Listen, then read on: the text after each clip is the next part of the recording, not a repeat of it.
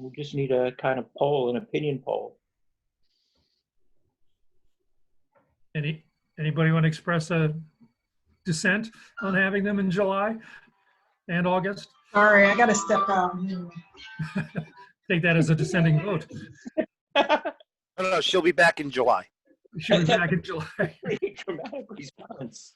Because we talked about it last night with the Cub Scout leaders of whether to have meeting in July, at least July, if not July and August, and also of combining what we've been doing for the last 2 months, the Cub Scout leaders on Wednesday night, the second Wednesday, and then now the Scouts BSA, or just plain Boy Scout leaders meeting on the traditional second Thursday.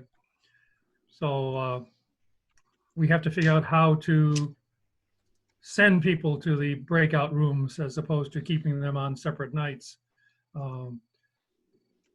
Joe, doesn't that require that you know ahead of time who's to be assigned to which breakout room? Or can you do it on the fly? Not necessarily. I think that if you know, people if they use the chat, and then you can maybe use that to move them. You know, something that we can maybe kind of test out with a small group. Mm-hmm. Yeah, my SPL uses breakout rooms during the troop Zoom meetings, and it's not predetermined. It just assigns people in the moment. Right, we do the same thing. We did merit badges, and we just divided people into 3 different rooms based on the merit badge they wanted to work on the fly. One thing we did discover, though, is that you need to leave one of the groups in the main room, or when kids arrive late, they can't get in. Yeah, Oh, that has happened. So we need a 14-year-old to explain how to do it, right? That's right. Well, I actually learned that from somebody who was over 60. Wasn't me. So I don't think that would be a huge problem. My question a couple of days ago, John, was more, you know, come the fall, if we're going to, you know, continue with Zoom or go back to, you know, in person or combination or what have you. So I don't think we'll be geared up that far that we can actually meet in person with a large group, more than 10 or even more than 6. So I'm anticipating that we're going to keep doing the virtual meetings, and maybe at some point we can add in some smaller in-person gatherings. Different nights. You know, a lot of the churches still have big time restrictions about who can be in the building and how much time they can, you know, be there. And there's a whole cleaning schedule that has to happen every time somebody sets foot in the building. So Yeah. we may not be especially welcome to meet where we've been meeting. Well, you know, there's a little information out there that suggests people are getting better attendance at Roundtable using the virtual Zoom format. Now it's just anecdote, and what I'd love to see is kind of a trial. You know, see over a period of months, say a semester's worth or 6 months. How did we do? Did we increase attendance? Are customers satisfied with what we're doing? Because John, we know that if we get a dozen people at a roundtable, it's a lot. Right. And Cub Scout attendance has been abysmal for the past couple of years, 1 or 2 people per session. And typically with them, we don't even do a Cub Scout breakout. But past 2 months, we've had, what, 8, at least 8, I think, at each session. We had 8 last month. The last 8. night we had, well, 4 called in, but 2 people were on the same screen. So we had 5 actual Cub leaders. Yeah. So 5 people from council and 3 of us. right. So it's kind of an experiment I'd like to conduct and see what happens. Yeah, I'm fine with the virtual roundtables. You know, I think it's just a convenience portion of it. I think though, with respect to scout meetings, you know, I mean, we're making it work, but you know, I don't think you can continue that way. We got to get back together with, you know, even at the patrol level, it's just got to happen. yeah, there's 2 totally different things, right? A unit meeting, a troop meeting with youth interacting with each other is more essential, whereas adults talking to each other about, activities doesn't require in-person activity. And if it increases attendance, and even though, as Ron points out, it's anecdotal at this point, which means those of us who've been on them say, hey, there's more here than we had, then, well, the biggest objections that we hear from people who actually communicate are that it's another night out of the house and the travel time is, too much. So it takes those two things away. There's still a hurdle to get over in terms of relevance and value added, but at least we can take away their excuses. Right. Well, from our standpoint, on the roundtable now, so there's that. Yeah, like Jeff's comment. Yes. Yeah. You're not in uniform, Jeff, so you can live. Oh, I got to I'm take in my house. And from the council standpoint, it makes it easier for us to be able to share with the different groups quicker. I mean, last night we had 2 roundtables that started a half hour apart. The Sons of Liberty's Cub roundtable was at 7. And where did we go after that? We went to Flintlock after that at 7:30. And so we could do our pitch or our whatever conversation we need to have and then say, all right, click. And now we're going from Arlington to Lexington like that. So right. Mm-hmm. So can I ask a question in regards to the gears? So that's one of our topics. Yes. Yes. Right. So right on cue. When I'm looking at the gears and we get to gear 4, where it's small non-family groups, no more than 12 with social distancing. So is that in theory when we could have patrol level meetings in person with mass social distancing? And Yep. Okay. But in gear 3, it's still all virtual. Family groups can do things. So I've heard of many service projects going on where family A shows up from 8 to 9 and does their thing, and they have the instructions of what they're supposed to be working on, and then the next family comes at 9 to 10 and kind of picks up the baton and does that part. And there's a few of them where it's an outdoor project, so they can kind of really spread themselves nice and wide and have that family over there. They're not going to interact with the other family that's on the other side of the field or wherever they're doing the project and do things along those lines. Okay. Right. So families can still really do right now, can do lots of similar things. They just have to be able to take and together. The word together is, we need a new word, sort of socially distanced together.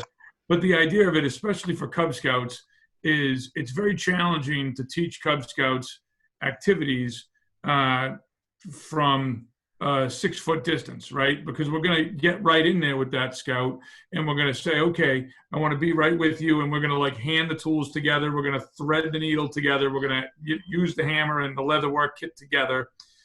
That's how a lot of those sort of those hands-on activities work for Cub Scouts.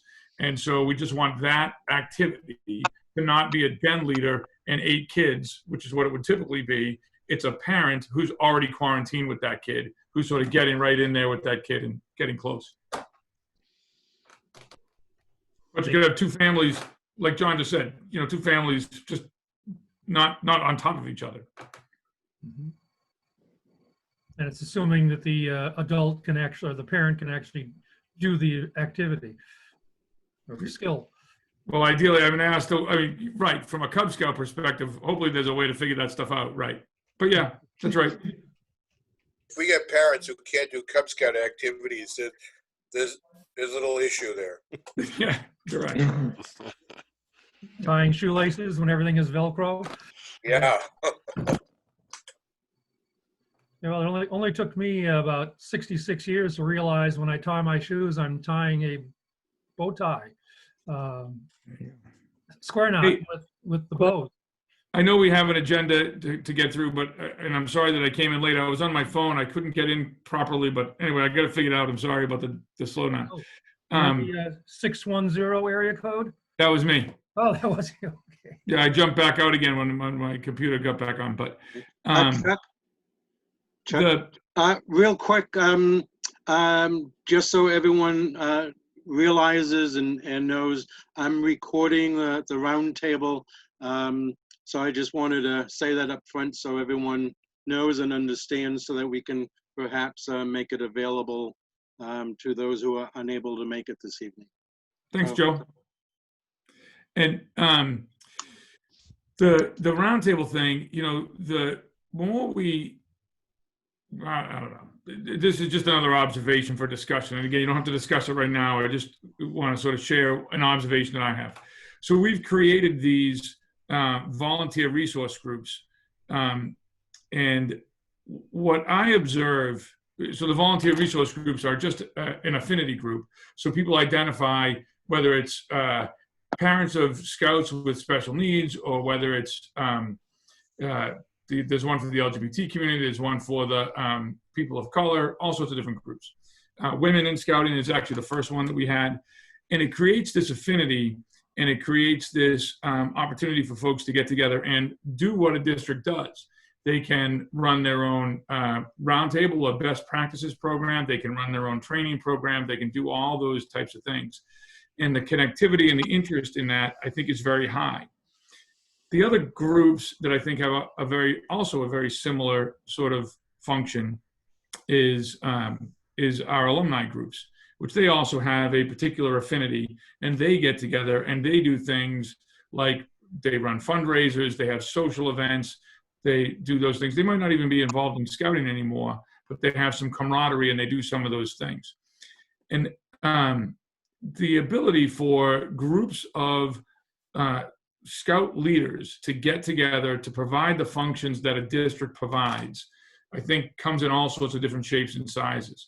And some shapes and sizes are more popular than others, or they ebb and they flow, you know. So this is a geographic group. And I've always said, you know, Sons of Liberty, there's no secret, is one of the most challenging geographic areas of all time. Goofy, I actually think is the word that I most commonly use.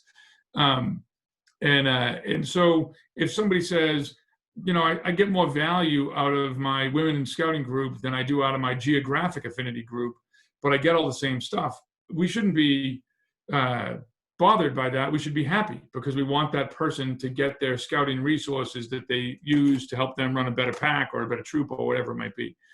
So I think that that's just part of an ongoing evolution from a service to units perspective. And again, you don't have to discuss it right now, just my observation, you know, do your thing with it at whatever time you want to do it. Okay. Thank you for that, Chuck.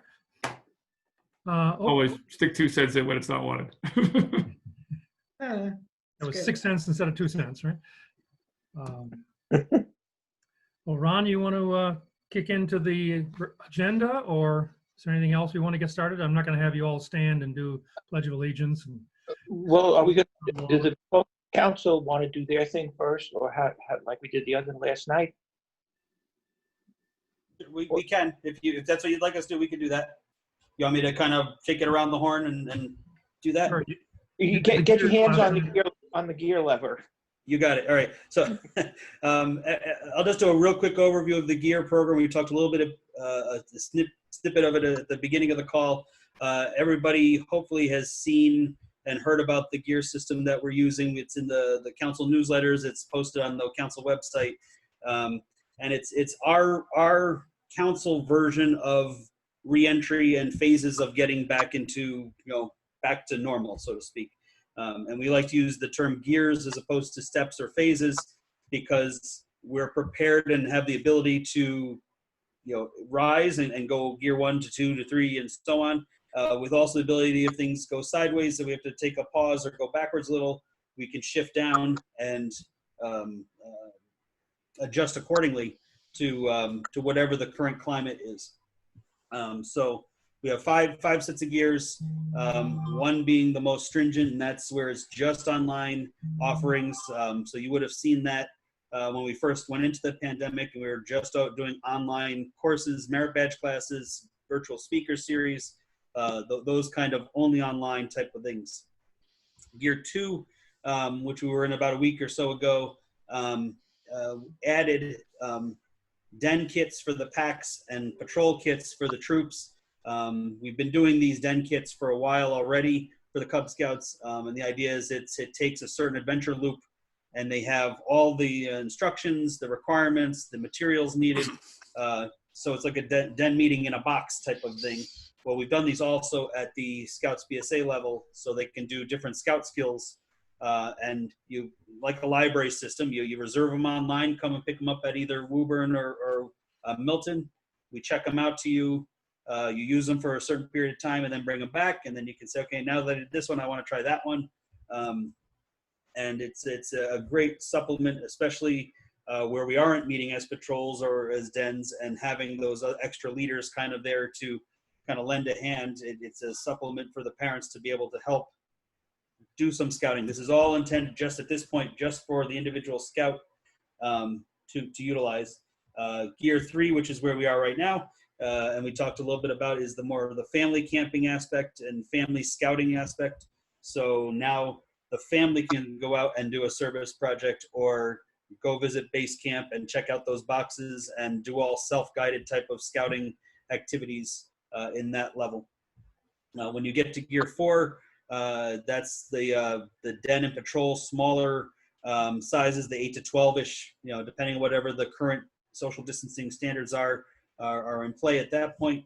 And that's, again, the better, the nice thing about that is now you're back into that socialization where you can, friends are back together in that small group. It's no longer the family quarantine. It's the, that's been eased up.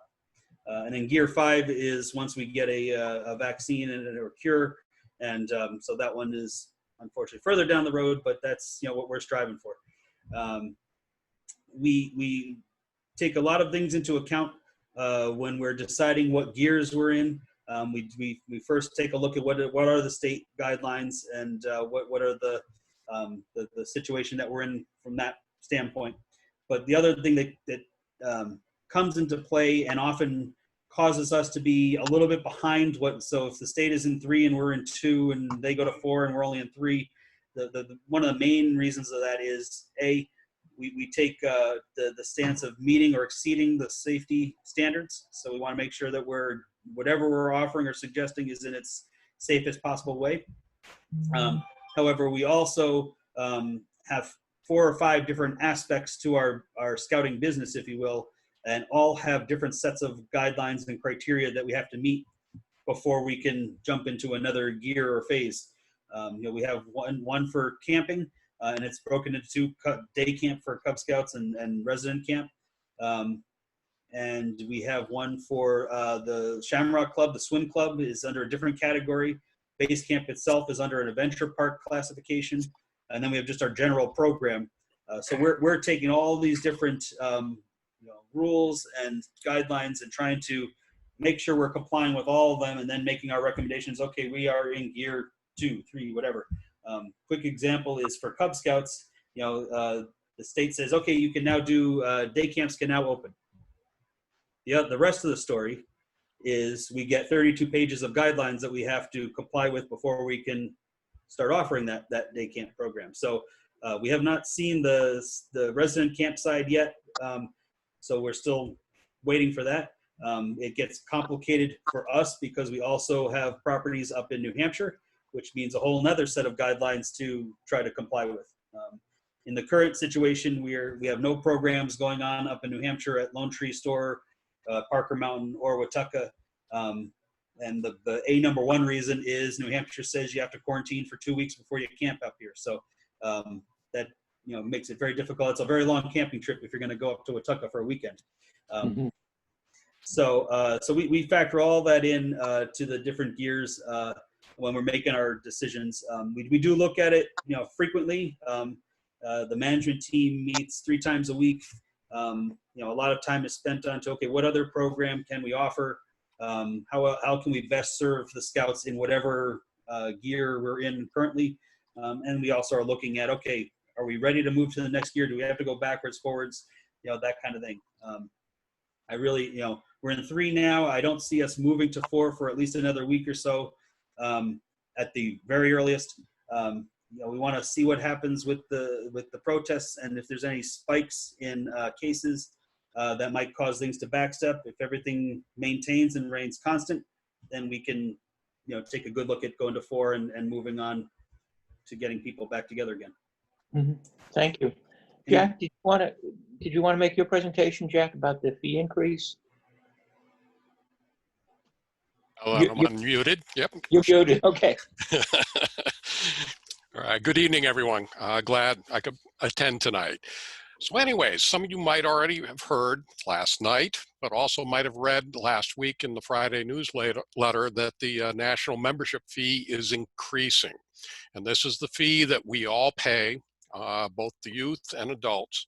And it was announced 3 weeks ago at the national meeting, which was held virtually. Now, one of the things we had always asked for the last couple of years when they made announcements at the end of August 2 years ago or in middle of October last year was please announce this stuff earlier so units can plan, so we as a council can plan when we put our information out. And so they took that to heart, and this year they made that announcement at the end of May. And they made the commitment that they are going to be doing these types of announcements earlier in the season, probably at the national meeting in May as opposed to August or later. So anyways, all the fees are going up $6. The youth fee is going from $60 to $66. That works out to 50 cents a month or $5.50 a month if you consider the full $66. That applies to youth in Cub Scouts, Scouts BSA, Venturing, and Sea Scouts. The adult fee is also going up $6 from $36 last year, this year that we're currently in, to $42. In addition, exploring is also going from, if you have exploring posts, they're going from $36 to $42 as well. The fee that you're hearing takes place for the charter process. If somebody is coming in new to scouting completely, those fees would be effective on August 1st. Everybody else will be caught up through the charter process. So those of you who have paid this year, which all of you should have, you're already covered through the end of the year. You don't have to start paying $66 until January 1st through the charter process. Now with districts,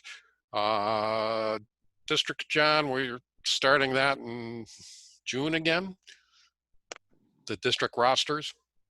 Oh, you're on mute, John. I'm used to GoToMeeting, so I'm trying to find the unmute button here. So yes, we're doing the district rosters as we speak. So those should be still at 60. Still the same, yeah. Yep, still at 60 because this doesn't take effect until October. 36. Still at 36 for you. Oh, I'm sorry, 36. Yeah. So anyways, we're good. The one thing that they did do, which is brand new, is a $25 new member fee. This is somebody who is new to scouting for the first time.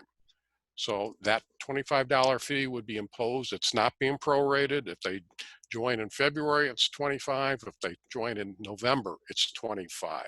And it's only a one-time fee. One question we did have is somebody who left scouting for a period and then came back.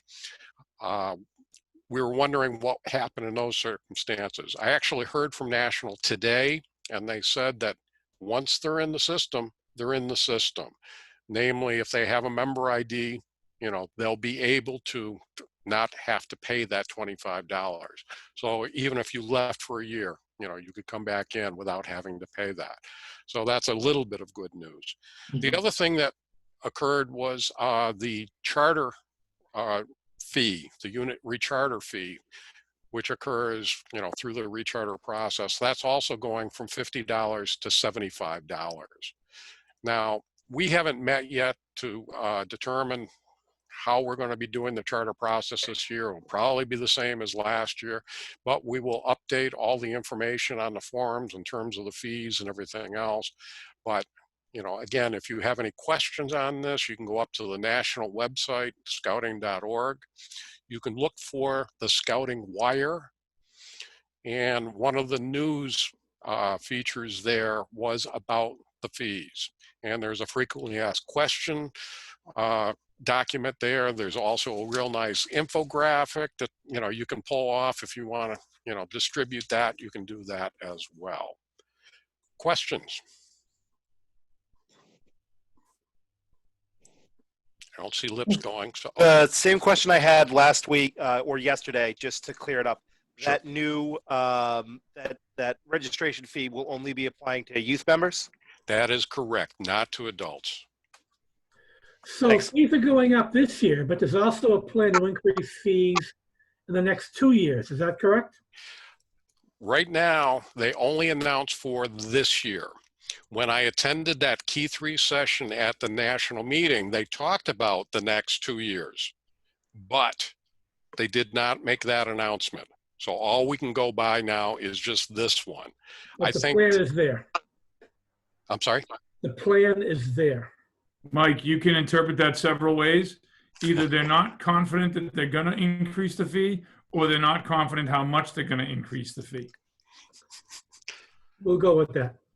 Okay. I asked that question specifically to Washington, and I did not get an answer. I'm sorry. Washington. I used to work for the federal government. I keep on saying Washington. I mean, Irving. I asked that question to Texas, and they haven't responded to me. So, Thank you. yep. Thank you, Jack. Mariama, you want to jump in and tell us about this challenging fundraising situation that we're in? Yes, Thank you. I do. From the looks of it, you might be volunteering to help out, so I'm excited. So first, I think I'm going to do popcorn updates. We are still hoping to still have a popcorn season. We are very aware that it's going to look different, but we're encouraging colonels to reach out to stores and see if they're allowing anyone to be at the in front of their stores, although we don't think that will happen. But the good news is Trails End has made changes that really would make it a lot more easier to push online sales or to even do the door-to-door sales. And one of those changes is they are matching the online cost to the show and sell. So now if you are to sell popcorn online, or you're encouraging people to buy online, they will be buying it at the same price as they would if you were doing show and sales. That was one of the biggest criticism and one of the biggest reasons people were not pushing online sales. So we're super excited for that. If you push for online sales and you're not comfortable being out there, then at least you're getting it at the same price, and then you're still able to raise funds for your units and the council at the same time. The flip side of that is they're trying out, or they're putting in place, a direct-to-consumer approach. So if you do decide to go door-to-door, now your interaction with customers or your neighbors or individuals will be just one and done. You're just gonna come, you'll do the sale, put it in the app, and then the popcorn will be shipped directly to the consumer. So you don't have to come back for delivery or anything like that. Those are the two big changes coming down the pipeline for popcorn. Like everything else, we're gonna have to learn and adapt and make changes as we go along. But we're hoping that these changes are going to make it a little bit easier for units to sell still. And in terms of the kickoff, it was already scheduled for August 5th, but it might be moved to a virtual platform depending on how things look outside by then.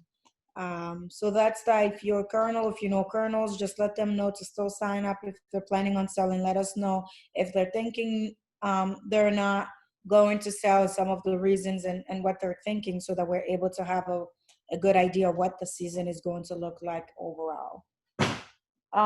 So that's all for popcorn.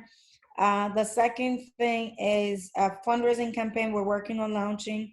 Like any other nonprofit, when the pandemic did hit, we had to stop all of our fundraising activities, FOS, special events, corporate donations, everything had to stop.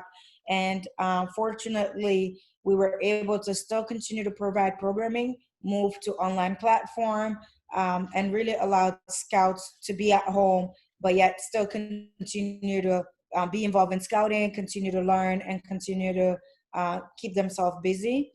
And so one of the ways in which we did that is the program team and track developed, let's say, multi-module structure for our scouting delivery. And what that basically does is allow 3 delivery methods for the scouting program. And the first one is base camp. John mentioned the different gears and the way in which we're hoping people will still be using our properties to go camping and, deliver the scouting curriculum in its traditional form.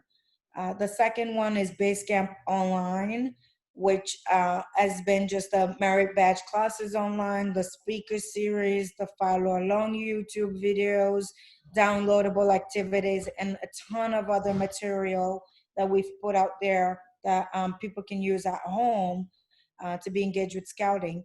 And the third one is Base Camp on the Go, which are kits that the program team have put together that has all the items that a leader needs to provide the scouting curriculum themselves.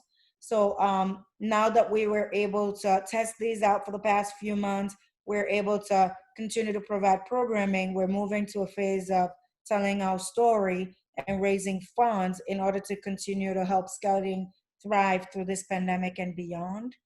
And the gist of this campaign, or the way this campaign would manifest, really would fall on volunteers who have been willing and excited to help us raise these funds. And they are volunteering to create GoFundMe pages online, raising anywhere from $1,000 to $2,500 or whatever they're comfortable with, and essentially using their sphere of influence, whether that is their scouting family or their scouting community or the other communities they're a part of that isn't necessarily scouting. So we've had a few volunteers. You should start to see some of those pages. Definitely consider supporting. But I'm definitely still looking for a lot more individuals to get their pages going and help us raise the necessary fund.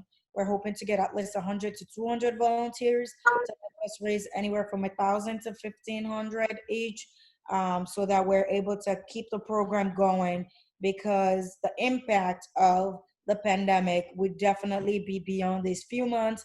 And until we gauge what exactly that's going to look like, we're going to need everyone's help to raise these funds and prepare for what's coming. That's probably the gist of a long story short. I'm going to put both my email address and the Popcorn email address in the chat box so that anyone can reach out to me if you have questions, if you're interested, if you know someone else who could help us raise these funds, or if you have any other connections that you think we can tap into to be able to sustain ourselves through the pandemic. You can definitely shoot an email over to me and I'll be happy to continue the conversation on. And if you have any questions right now, you're more than welcome to ask, and I'm happy to answer as well. Thank you. I have one popcorn question. Yeah. Is the shipping cost from Trails End going to be folded into the price of the unit, or is it going to be an extra shipping charge at the end that the customer finds out about it? So no, so they're passing the shipping to the customer. So it's going to be like every other direct to consumer platform. When I buy on Amazon, I pay the shipping myself. So it's essentially going to look the same way. So customers will be the ones carrying the shipping cost on the direct to consumer platform. Thank you. Thank you. Chuck, you had some comments last night. Do you want to talk about them? Sure. Do you want to why don't we let Jeff go first? And then because mine's all bad news. No one wants to follow me. I know you'll have all bad news. I know. Jeff? Thanks, Chuck. I appreciate not having to go after bad news. All right, so the first thing I'm going to do, I'm going to put in a group chat a date here. It's next Wednesday night. Recruitment. Right. It is, whoops, I got the wrong email address there. Next Wednesday night, 7 p.m., we're going to have a big council-wide membership call. Obviously, membership this year is going to look completely different than we've ever seen before in a membership campaign. It's a lot of information that we're going to go over. So you want to make sure you have someone from your unit, all levels of units, be in on that call, because we're going to go over as best we know, how is the membership campaign going to work? What's the theme this year? I think we've got a really strong theme for this year. How are you going to get the, if you're primarily the Cub units, but for everybody, how are you going to get those materials like the yard signs and the printed materials, the flyers and all that? How are you going to get those? How are the membership kickoffs going to work off this year? It's a lot of stuff, and it's going to be important, and it's going to be, like I say, it's going to be different from any year we've ever had before. I think that's fair to say for everything we've done this year. So be sure to be on that call. You need to go to the Scout Spirit Council calendar for next Wednesday, and you have to register for the event. It'll be a go-to meeting like we've had for a lot of these other council events. You know, there's no cost. You just register, and once you register, you get the magic link that lets you into the video call. You can also be on just a phone call as well. And there's a on the sign-up list, if you want, there's an email address at the bottom of the form on the council calendar to sign up. If you have a question you're already thinking of, you can just send that off, and it'll get to me eventually. That way we can be prepped and have the answers for you when we have on that call, and we can use your time as best possible. And so next Wednesday, 7 p.m., I want to talk to everyone next week, okay? Thank you. Thank you. Okay, Chuck, your turn. If he wants to stall a little longer, Darren can talk about the summer camp opportunities. That's just what I was going to say. I'm not stalling, but I'm trying to let everybody else, you know, get their stuff done and move on. Hey everybody, sorry I was a couple minutes late. My daughters are currently working on their second class requirement, which requires 30 minutes of doing active stuff. We decided to do as a family for some godforsaken reason. We decided to do this running thing, and I'm regretting every minute of it. But with that being said, we'll talk about program for a couple minutes. Chuck and John and Mariama did a great job introducing it already, kind of giving an idea. Obviously, we are very disappointed in the fact that summer camp is not going to happen, and the fact that we are not going to run a lot of our day camps this summer, and postpone the start of the several of them as well. Obviously, everybody's disappointed in that, not just us. I will say that I believe we've come up with multiple different ways to be able to help scouts be able to get their scouting this summer and the fall, and for units to be able to participate. Our weekend camp program is starting to fill up and starting to look well. Currently, we have about 12 units who were at Watauga last summer that have registered already for their 2-weekend program. Registered for Watauga for the summer. They currently have registered for their 2-weekend program. They have picked their weekends. They've started to pick their adventures, and then we'll start picking their merit badges and programs that they're going to do fairly quickly. The way it's going to work, it's really, you kind of think about this way. They can choose in the activities that they're going to work as dens and work towards. So let's say they want to do rifle merit badge. They're going to be able to have online program before they get there, covering all the requirements for rifle merit badge. And then when they get to camp, when they get to base camp to be able to do it, their time for scheduling at the range will really focus on being able to qualify and be able to complete the badge. So we'll be able to offer the full spectrum of the program through multiple different methods, whether that's in person, whether that's at home, or whether that's on an online environment. The 2 weekends, you can choose 2 different weekends. Any weekends, there's been lots of questions whether or not they need to be 2 weekends connected. We have most people are picking one weekend in August right now, and then the other really big weekend that's turning out to be crazy popular is Columbus Day weekend. Obviously, because it's a 3-day weekend, you get an extra day of camping and an extra day being at camp. It's starting to fill up well. I don't expect every single weekend to fill up, but I do expect a lot of the weekends to fill up. Hopefully in the coming weeks, we'll be able to have the second, so Saugus, which will be super convenient for all of you. I definitely understand for a lot of you anyway. So I do understand that aspect of it. Those dates we hope to have, they'll start taking bookings again starting June 28th. So hopefully shortly after June 28th, we'll be able to announce some Saugus dates.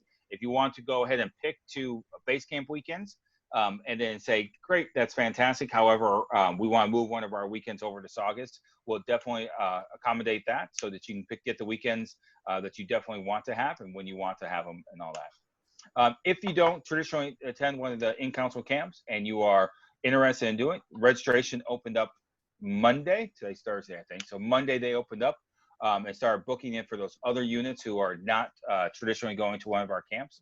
And so those are, I think we had 9 units in camp or ready to sign up. So those are starting to come in as well. So those, if you're interested, you can reach out to Heather, which I think everybody here knows Heather fairly well, or Jenny at either one of the office, and they'll be able to help you get signed up. Don't be surprised if you don't get a phone call from Jenny or Heather, just helping to make sure to confirm with bookings and seeing about the registration. We will continue our, one of the other popular questions we get is whether or not we will be continuing with the online once the family camps and once the patrol camps are going. We are going to continue with online programming. It's going to change up. We're going to do one more round of this cycle, which is STEM, Earth Sciences, Arts, and then Global Citizen. So we're going to finish this cycle and do one more cycle of that, and then we're going to start amending it a little bit. We have about 40% of the people that attend our merit badges come from Massachusetts, and we have 49 of the 50 states represented that have come and participate in the program as well. So we'll definitely be adding on some more badges, some new badges, and quite a few other additional things coming up. DENS activities have started to fill up and started to become more and more popular. Now that school's winding down, DENS are and the crossover ceremony are starting to be popular. We run those 3 times a day, each level. So wolf, tiger, bear. We have at least one activity every single week for each one. We've had a lot of requests in the last 36 hours, really, for lions, which I think is absolutely fascinating. They want to finish up their lion activities before they move over to tigers next year. So we're next week, the week after, we're going to run a couple lion activities as well. But yeah, expect a lot more. If you're on Facebook, follow the New England Base Camp. We update information there, and Scout Spirit as well. And yeah, I think that's probably everything. Oh no, one more thing. Sorry, I did have one more thing. Obviously, we want to be able to expand the offering and to increase the amount of badges that we offer, both online as well as in presence. So if you're interested in helping and joining in part of the team, to be able to join in once a year or twice a year to be able to volunteer to teach a badge, whether that's online or in person, we'll love to have you. On the email that's going out tomorrow, is Friday.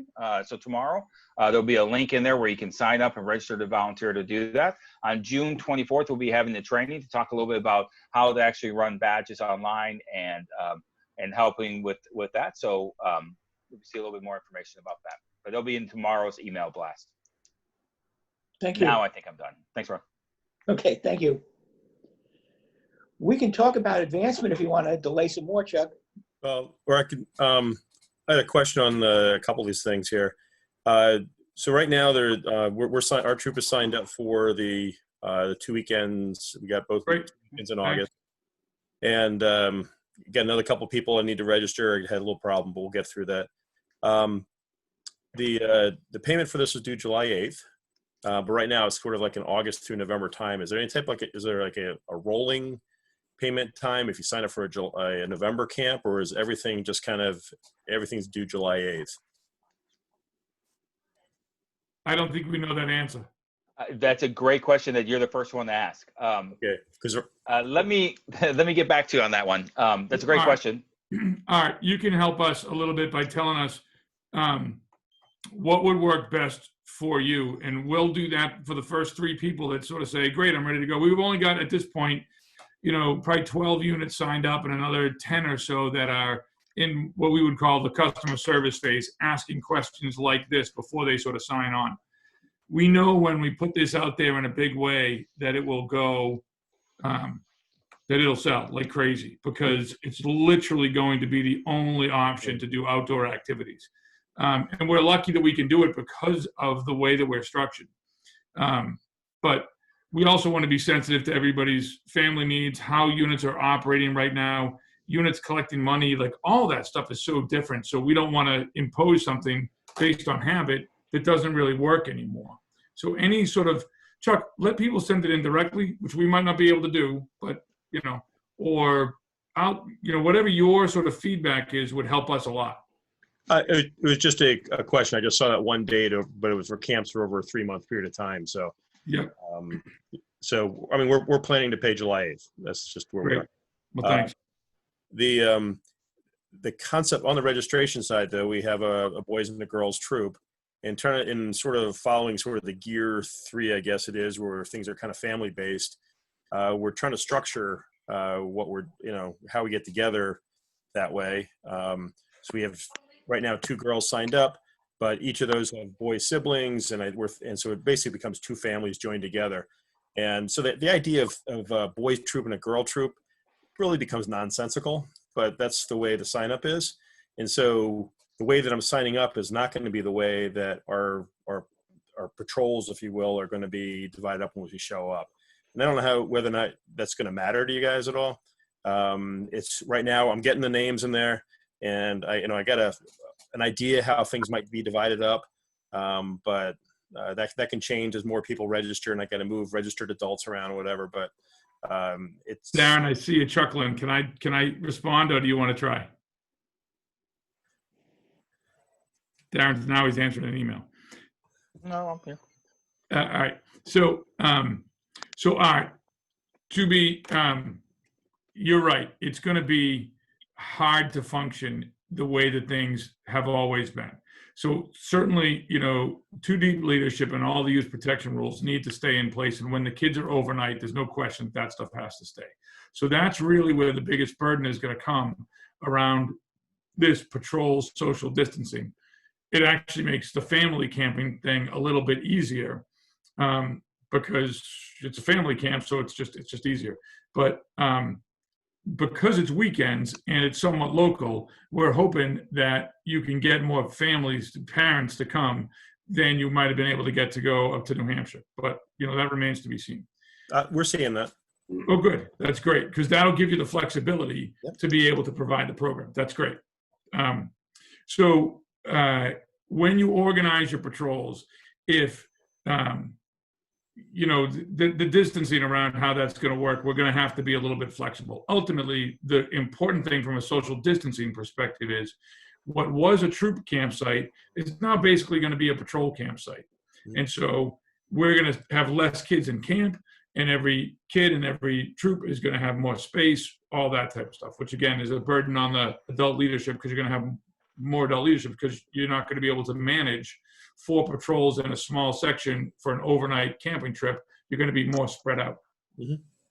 So where they sleep in their tents and their patrol sites and all that stuff, we won't get worked up about that. So you're going to do, as a unit leader, we already trust you implicitly to put the kids' safety first and foremost, and we have all of our trainings. So you're going to, like anything else, you're going to do the best you can to make that stuff work, given all the guidelines. I'd tell you that anyway, I'll stop there. When they move through camp, I would say the same thing is going to happen. It's going to be important because they're going to move through camp kind of like Cub Scout den, Cub Scout day camp methodology, where they go from program area to program area for an hour. And so you're going to want to put the kids that are going for certain requirements and badges and interests together so they can do that stuff together. For instance, boy or girl, who's ever going for their aquatics 10 to foot and second class requirements, you want them all in the same patrol. So when they get to the pool, they can bang out those requirements. Otherwise, those 2 ranks will get delayed until they can get into a pool, right? So that's one of those benchmarks. And then other things would be more around interests, or if there's other rank requirements that I'm not thinking about, those are the things to deal with. So ultimately, if there's an 11-year-old girl in a girl patrol site, and then she wakes up, she has breakfast with the other girls, and then she's the only 11-year-old girl, and then she slides in with the other 11-year-old scouts, who are all boys, for program during the day, we're not going to get too worked up about that. As long as that individual 11-year-old patrol or new patrol or whatever we want to call it, that's going to go work on those 10 to foot and second class requirements, you don't want that to be 15 kids. If it's 15 kids, we'll make it 2 patrols. Yeah. Okay, so you're not really requiring that those patrol bubbles then stay consistent through the day, but not at camping at night. Okay. We want them to be as consistent as possible, but we're also not going to double check you, and we understand that you're going to be faced with a lot of challenges, and we're not going to be a pain in the neck about it. Okay. Thank you. Thanks. Sometimes I like to answer those delicate questions myself, just so everybody knows that I don't, after a couple of days of answering these types of questions, everybody else can answer them. But I'll take the heat first and foremost if I make a mistake. Okay. All right. Bankruptcy and the residual effect of bankruptcy. So you're already feeling all sorts of residual effect from bankruptcy, whether you realize it or not. Certainly the fee increase is the thing that you can feel right away. The bankruptcy stuff is certainly exacerbated by the COVID stuff, which is just making it that much more challenging for the organization as a whole to stay afloat and to stay viable. Has massive implications on, well, just really just everything. It's going to come, there's two things that I really want to make sure everybody hears. Here locally, we've had a couple of layoffs, which are really primarily driven by COVID. However, because we can see the future coming around bankruptcy, they're layoffs instead of furloughs, because I don't want to give staff members any sort of, unrealistic hope that their job is going to be there when the COVID crisis expires. Because once the COVID thing, we get that under control and there's a vaccine, hopefully, and all that stuff, there's still bankruptcy looming out there, and there will just simply be less scouting jobs to go around. So that is the truth about that stuff. For the most part, in this crowd, at this point, the folks that you're dealing with don't change too much. Sons of Liberty, Laura is no longer with us, so that's one of the bigger people that you'll feel. George O'Laughlin as well. And George is one of the few folks that are furloughed, and we are certainly hopeful that we'll be able to bring George back and help us with some membership. But by the same token, I was very clear with him. And I know he's looking, and good for him. And then a few other support staff folks and a couple of part-time facility folks. So those are the layoffs at this point. About 20% of our staff. And then November 16th is the date that all the potential victims need to sort of put their name in the hat with the victims' attorneys to be a part of the lawsuit.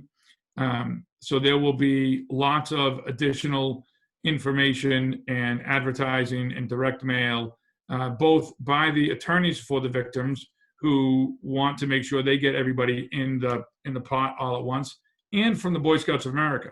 We want to make sure that everybody who was victimized by bad guys back in the 60s, 70s, and all those years gets their name on the list so that we can do the right thing by them as best as possible. And the court told us we had to do that. So there's several different things that you're going to see throughout the summer and into the fall about, were you injured, were you abused in scouting when you were a kid, all that type of stuff. Everybody in this group that was a part of scouting during those years, including me, will get a letter. Likely, I mean, if you moved around a lot, maybe they won't find you, but they'll tell you that whole thing. So that'll be that. When the November 16th comes around, that's when the mediation or litigation, but hopefully mediation will really ramp up in earnest. Hopefully there'll be a bankruptcy settlement sometime in the first or second quarter of next year.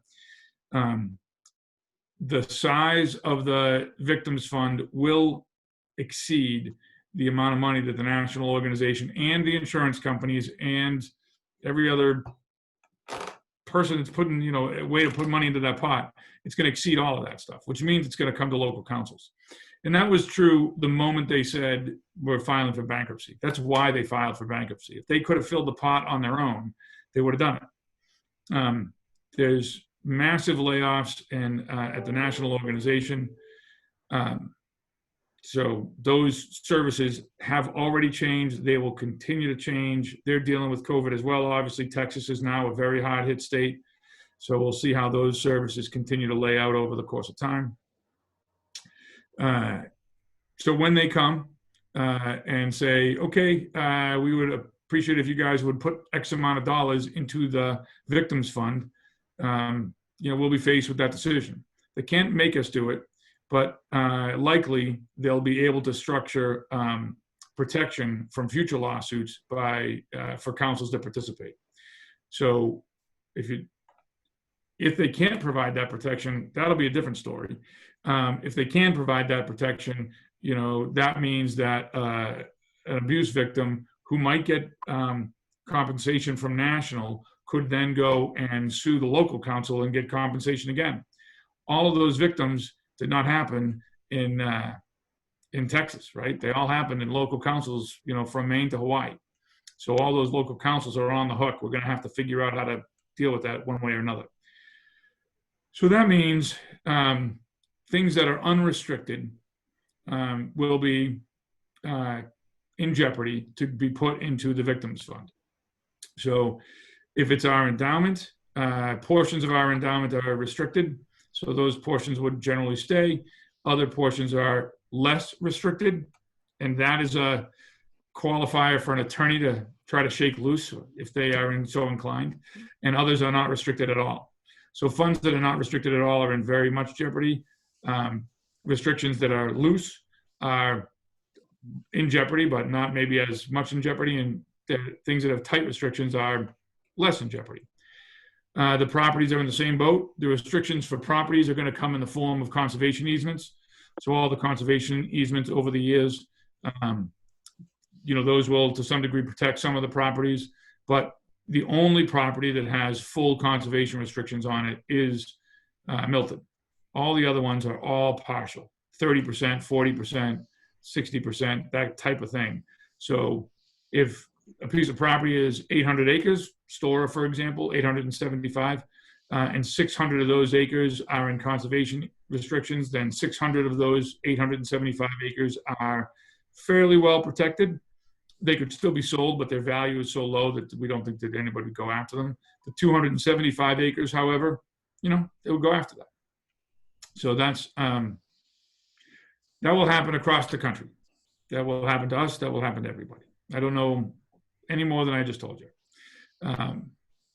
What that will do for us is that will change the endowment portion of it. We don't spend the principal on the endowment without any sort of board vote or any of that type of stuff, and we try to do that as little as possible. We do spend the investment income, and that's with the endowment's about $9 million pre-stock market current crash, end of last year. So that spits out a few $100,000 a year, which is obviously very important to our operating budget. So we just made a bunch of layoffs. When that couple $100,000 a year goes away, because the principal goes away, that will obviously create further cuts, create further problems.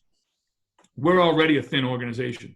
As a council, we have 13,000, 12,000 plus kids, and we have growing membership, and we have good retention numbers, and we have good, your customer service numbers through Voice of the Scout and all that stuff are all super good.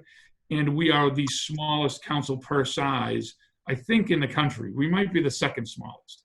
So we're already a ridiculously thin, yet reasonably successful council. And that has everything to do with our business model, the way in which we serve. So every one of these cuts, if we were Narragansett or Daniel Webster, who are much more viable and strong and have a stronger background, if they cut 20% of their staff, they might feel it the same because their structure is different. Our structure is very much protecting us right now and enabling us to put programs forward like Basecamp Online. And we are the only camp, bar one, which will eventually probably shut down for the summer, that's offering any type of outdoor program. So any kid that wants to do their swimming requirements and their outdoor cooking requirements and their camping requirements for 10 to foot in second class, or any of those merit badges this summer, so that they don't get held back, so to speak, in the second year, the only place they're going to do that is Basecamp.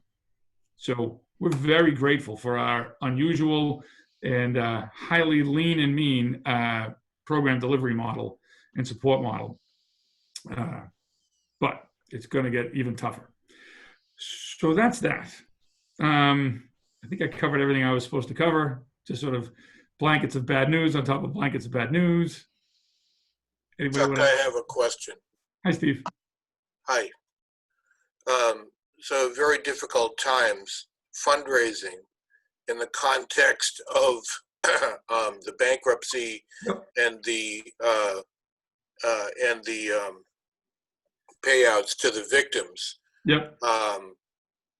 You know, we were challenged when we were years ago. We were not that many years ago. We were challenged when fundraising while we were still paying off Egan Center and other debt. Yep. Donors who think about it are going to wonder, wait a minute, if I give you $1, it's going to go to the victims fund. Right. So is there any, how do we address that? All the stuff that Mariama was just talking about, those are all restricted fundraisers, other than FOS, which we still run FOS. But those are all restricted campaigns, which frankly, ever since the merger, and really even before the merger for this crowd who all knows me from before that time, I've always been trying to move us toward restricted donations. I want us to have more restricted donations. It's healthier for the organization. We want your charitable dollars to go towards our charitable causes. Our charitable causes, if you restrict it to that way, they have to go there legally. And so our charitable causes are the Campership Fund, right? So you can make a contribution to the Campership Fund, and that will help kids go to camp.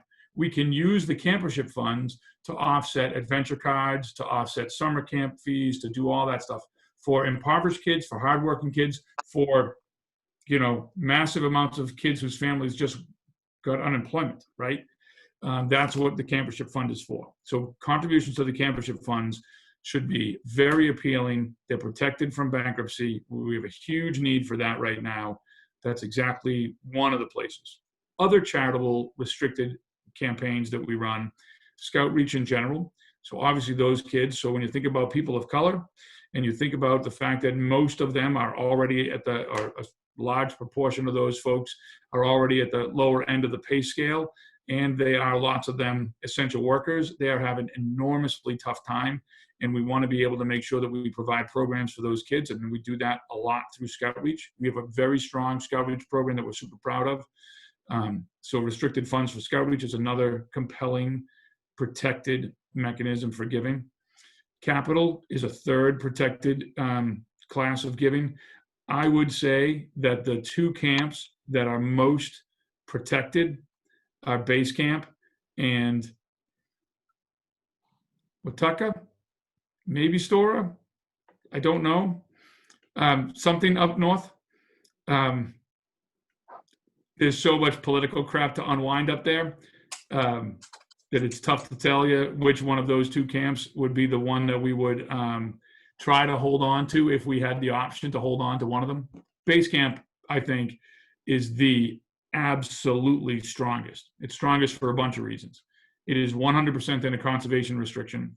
The conservation restriction, the holder of those conservation rights is the state of Massachusetts, which, unlike a foundation, is not going anywhere. So that's one. Two, in bankruptcy law, as it relates to nonprofit, they can't liquidate, and so therefore they can't take your core assets that have to do with core delivery.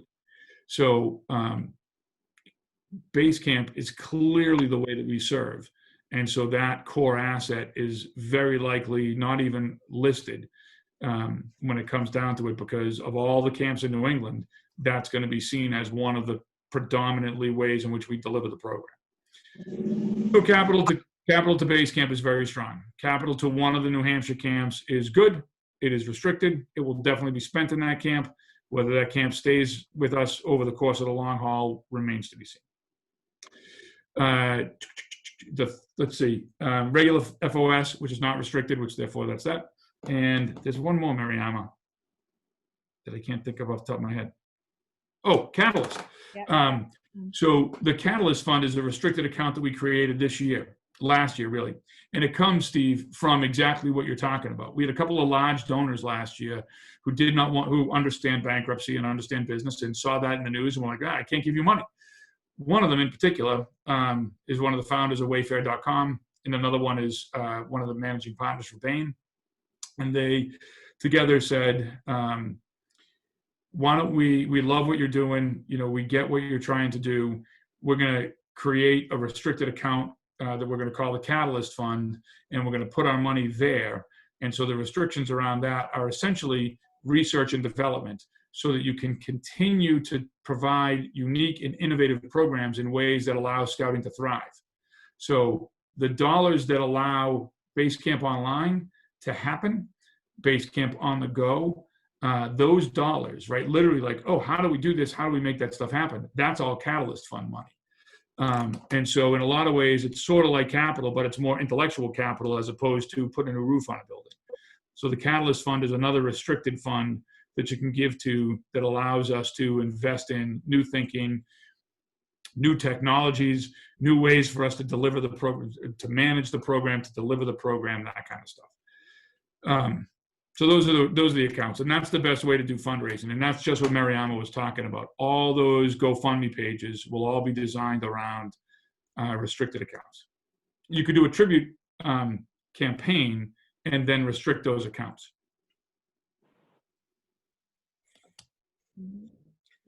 Okay, are there questions? Great. Okay, we had sent out a handout with some ideas to talk about how you handle advancement issues in this environment. My own experience started off with the first thing I had to do after we shut down was a Scoutmaster conference for an Eagle candidate. And it turned out to be an interesting thing to actually some young man that I'd worked with for a number of years to now have to do them looking at an image on a computer monitor and not do it sitting across the table from him. But it worked. Have other people done that? Have you allowed, how do you handle the youth protection aspect of it? I was fortunate because like 99% of all Eagles, he was over 18 at this point. We so run. I didn't have to worry about that. But in others, have others done Scoutmaster conferences at this point? Oh, certainly. We do a ton of them, and we just end up having a Scoutmaster and Assistant Scoutmaster as part of the discussion. Mm-hmm. You have your dual registered adults there. Yep. Have anybody had a parent who wanted to be in on this? That's not the way that I've run those in our troop, but I would imagine that now you're appealing to the merit badge and fundraiser exception, where the second parent can be a unregistered parent. That's not specifically called out anywhere that I know of, but it's certainly, it's a very reasonable one, it would seem, but I don't know whether or not anybody's addressed that formally. I had an email from Henrik, and he said that he has done that. He's had the parents at the Scoutmaster conference, but he muted them. So I guess that's one way to handle that issue. Mm-hmm. I haven't had parents because they didn't want to inhibit the young man's responses. Yeah. That was my first, yes, I would, in the handout, that's what I had put, that I prefer not to have a parent involved because of either inhibiting a response or perhaps if we had a helicopter parent, them telling me, oh no, he didn't do X, Y, Z. At some point you can record the session. Yes. Well, it may be one-on-one, it's recorded. You can't. The COVID-19 record. The COVID-19 regulations on the digital page, they talk about if you use technology, you definitely cannot record if you have youth involved. That's pretty clearly spelled out. Okay, interesting. We've the ultimate protection. We've been telling them to have merit badge counselors in the Scoutmaster conference. We've been telling them that the parent, an adult, must be present in the room where the scout is on the computer. It must be within earshot and can see the screen. And so which means that they're aware that the scout is on a video call with another adult, and they can monitor it at their discretion, as opposed to being a Zoom participant, which would be a direct involvement, which is not preferable. Yeah, that seems like the most likely, because what do you usually do? You just do it in the same room as everybody else, but off to the side. Right. And that seems like the most direct comparison that you could do while maintaining that sort of level of safety necessary in what we're doing. Right. I just put up a link that's on the digital safety and online scouting activities. Thank you. And that's the one that specifically has a do not with an underlined not record online activities and meetings that include youth participants. Interesting. So they can only involve adults, but only with prior approval. Which Joe got.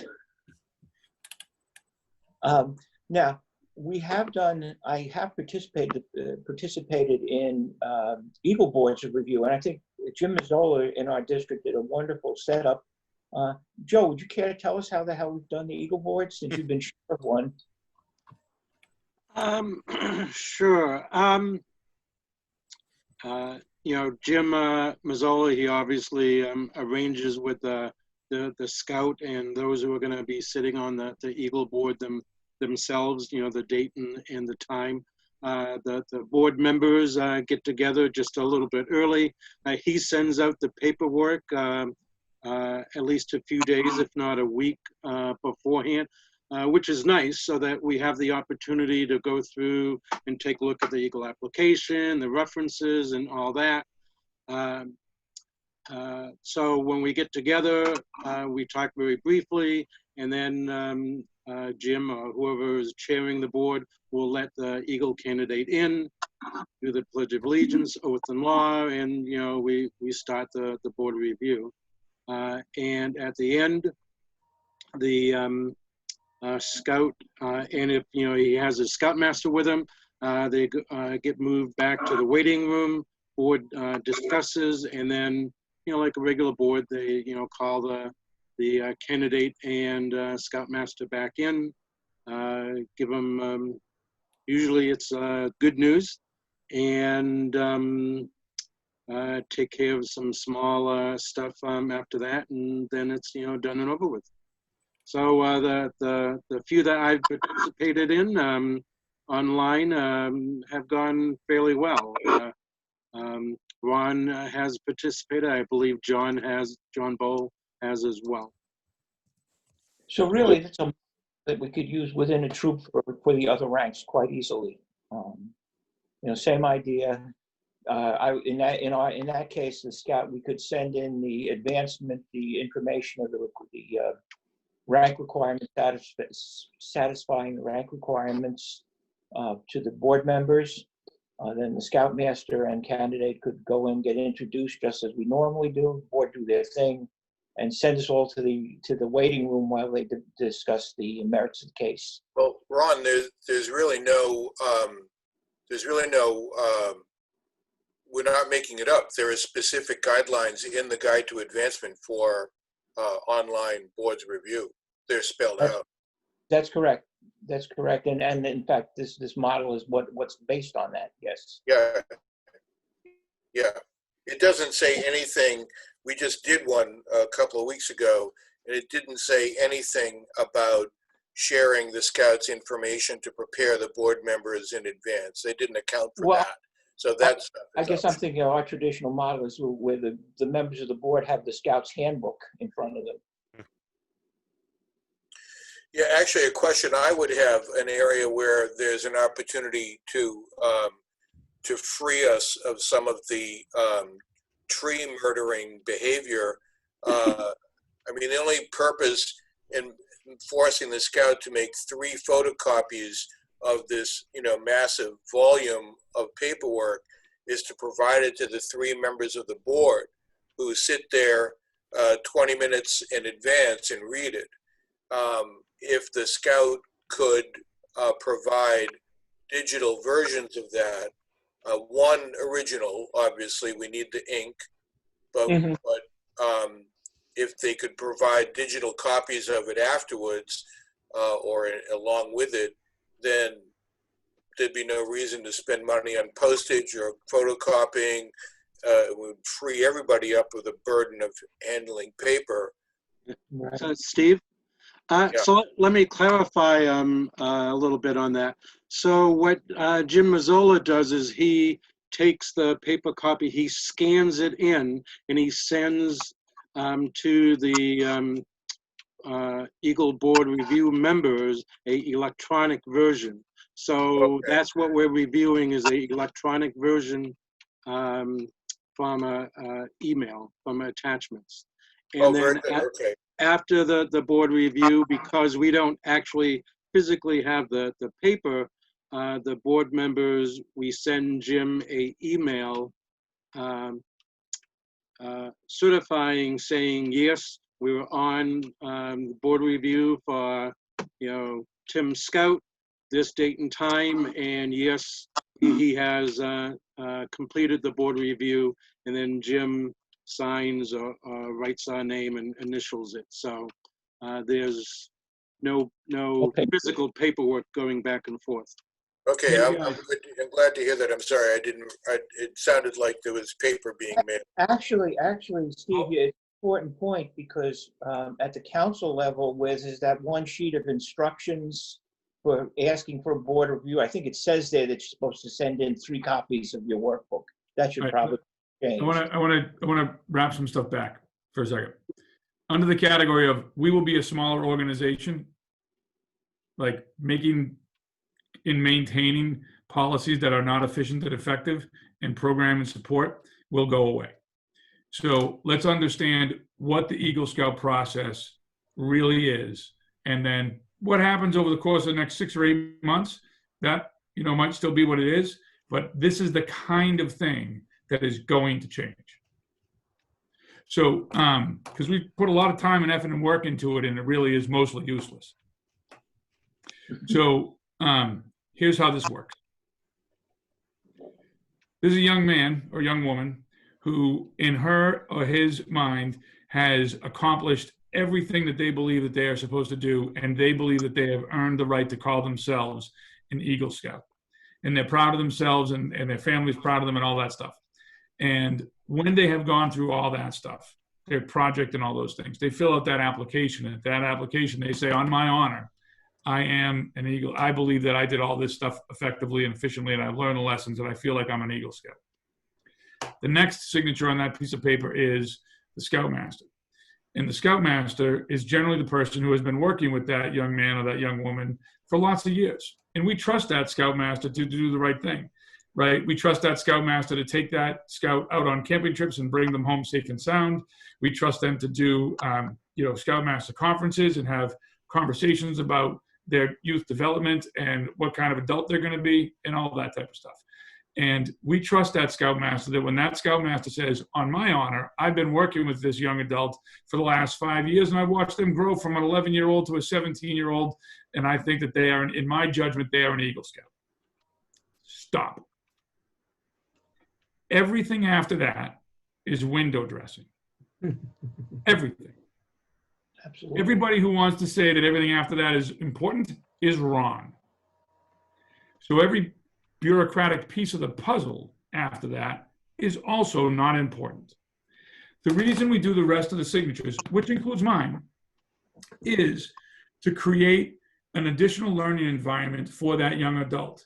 It's a super important learning environment. So it's not important, but it doesn't have to create an enormous amount of time and effort and energy, right? Which is to keep our eye on the ball as to what we're trying to do for that young person. What we're doing is we're creating that positive stress. We're creating that professionalism that enables that young adult to present their ideas, to present their story, to answer questions, to think on their feet. Those are all great, powerful adult skills. It's a very real world, just like cooking outdoors is a real world experience for how to cook, right? And it teaches them how to cook. This is a very real world experience that someday they're going to stand in front of, whoever. They're going to stand in front of the town selectmen and ask for a building permit. They're going to stand in front of their boss and ask for a raise. They're going to stand in front of whoever it is, right? And that's really the situation that we're providing. So back and forth, and things that get too complicated, we absolutely have to keep our eye on the ball and understand that we're supposed to ask questions. We're supposed to ask challenging questions. The kid's supposed to think on their feet. We should be prepared. We should have documents about their Eagle Scout project. We can ask questions about those, their leadership experiences. That's all good. That is all good. But it's not critical to their being an Eagle Scout, because, it's just not. So we should find ways to make that super smooth, super easy, very, very efficient. And the organization will not be able to support anything other than super easy, super efficient. And if people want to complain about it because they like it the way it used to be, that'll be that.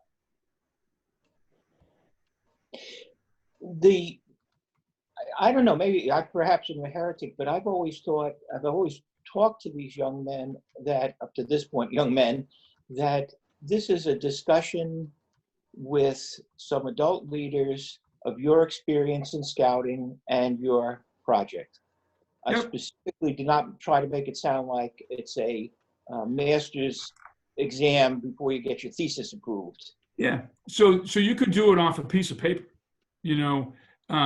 You could do it literally off of not that kid's handbook. I mean, you could just say, what are some of the best merit badges you learned? What was the most challenging experience that you had? Tell me about your leadership challenges. Tell me about what merit badges you enjoyed the most. What do you want to do when you grow up? You know, what's the most important point of the Scout Law? Like all those questions, you don't need to have a 3-ring binder of his information about that stuff to be able to ask those questions and create that experience. He or she is still going to be able to get through that experience, learn the lessons they're supposed to learn, whether you have a 3-ring binder or not, and with pretty pictures and all that jazz. Now, them putting that together is still important because that's part of their stuff. But then putting that together and putting that in everybody's hands and all that type of stuff, you know, that, you know. Yeah. So how do you change the culture? They bring your copy with you so I can see it. So it's more of a pride point. And they're like, oh, look at the bridge that I built. I'm super excited about it. But you don't have to see that ahead of time. The process in Sons of Liberty, for as long as I've been involved, has really just been to facilitate the border review. We do a border review. That's the final part of the process. And we, you know, there's never been that I was ever aware of, and I've said on many Eagle boards and I've reviewed many Eagle projects, there's never been any unnecessary bureaucratic nonsense. The only things that sometimes seem unnecessary to the scout are, why do I have to make 3 photocopies? Because you're paying for the 3 photocopies. We're not going to spend council money or district money that we don't have on photocopies. The other thing is the envelopes to send out the letters of recommendation. Other than that, it's nothing more. And Jim has been actually very undemanding as far as the form. He didn't care if it's got a paper clip, you know, or it's in a 3-ring binder. So we haven't been dealing with any sort of nonsense for, you know, 15 years. Good. Great. Sorry if I brought some extra energy to the room. Well, actually, you did, in the sense that when the kid downloads the Eagle Project workbook, there's like, what, 15 pages of instruction? That sets up the... All that stuff. And part of my story is all that stuff is the problem with the BSA. And all that stuff is going to go away. 15 pages of instructions for how to be an Eagle Scout is going to go away. Because we won't be able to carry that level of junk. Can you get them to stop making us pay for merit badge pamphlets? They stupid PDFs. Yeah, they just had something about merit badge pamphlets because of all this in the last couple of months. I don't really remember what they said about it, but supply is going to go out of business anyway, Steve. Steve, I probably Chuck, how do you accomplish all of this?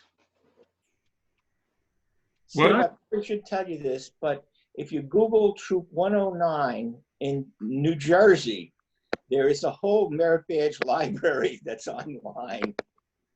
Is that why you chose that number, Rod? Troop 109 would have to be quite a bunch of outlaws. So Chuck, how do you accomplish all this? As you know, I work at another council as well. We had a scout whose Eagle application was rejected because it wasn't in the 3-ring binder.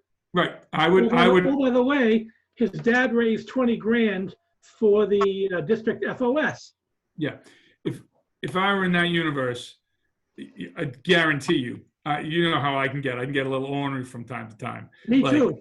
That advancement chairman, that board review chairman would not be on my Christmas card list. Yeah, he's still there. He's still there. I think that's the thing that bugs me the most about advancement is people coming up with kind of their own, rules, whether it's, oh, we've done that for years. You look at the requirement, Eagle application, nowhere ever does it say it needs to be presented in a 3-ring binder. You know, and it's crazy. Appalling. It's appalling. It's gatekeeping. It's inappropriate. It's rude. Empire building. It's gonna have to go away because that's the thing. I'm holding back a little bit. Can I send my Eagle candidates to you? Yeah. I'll do one last thing. I won't do it. Go. I'm going to go. I'm going to leave you guys alone. Have a good rest of the roundtable. I love you all. Thank you for what you do for Hey, scouting. what you have to say, Chuck? Thank you. Thanks for coming. I got 2 different directions yet. I'm going to go. Steve, give me a call and I'll rant at you if you really want. All right, thanks, Chuck. Call Steve and rant at Steve. Steve, put him on speaker. 1-800-RANT Steve. So, Steve, what you do to him? He's gone. So besides the digital safety link that I put up on the chat, by the way, there's another one that is in the FAQ section, and it's one of these things that it's for youth protection. We do breakout rooms. That the requirement for having once again they invoke it looks like a version of the merit badge and fundraising exception, where the second adult can be just a parent and not necessarily a registered adult. But this is like having 2 adults sitting in every patrol meeting during a normal meeting, or it's like being in summer camp and you have 2 scouts that you need to get somewhere and they don't know where they're going, and would have to have 2 adults with them, where one would suffice in that summer camp setting as we're moving scouts around. Sometimes we need 2 adults because we only got 1 scout we got to move. But that's another story. So this one here, I think, has been one of our more painful kind of things that seems to be a little bit, I get it in a way, but it seems a little inconsistent with how we would normally run patrol meetings.